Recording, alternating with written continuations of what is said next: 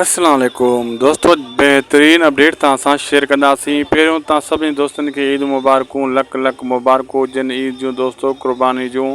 जेका नवां या पुराणा दोस्त शायदि कुझु व्लॉग यूट्यूब चैनल में आया आहिनि उन्हनि खे चवंदुसि हिन वीडियो खे आख़िर ताईं ॾिसंदा। पंहिंजा वीर ड्रामे जी ज़बरदस्त अपडेट तव्हांखे ॾींदासीं।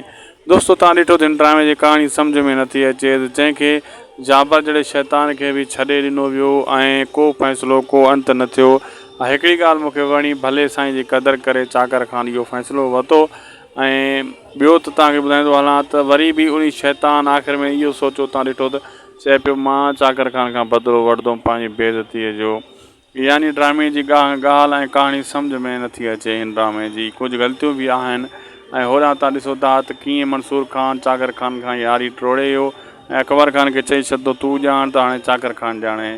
बाक़ी रही ॻाल्हि सांवल ऐं चाकर ख़ान जी, ऐं चाकर ख़ान में थोरी मॻी बि अची वई आहे। कीअं न हुन ज़ईफ़ इंसान सिरल जे पीउ खे गिरेबान में हथु विधईं, इहो सीन बेकार हुयो। उनखे क़दुरु करण जी ॻाल्हाइण जी तामीर चाकर ख़ान खां विसरी वई आहे। उहो सही चए पियो जवान न्याणी तव्हांजे दर ते वेठी आहे ऐं इन ॻाल्हि ते हुनजे गिरेबान में हथु विधईं।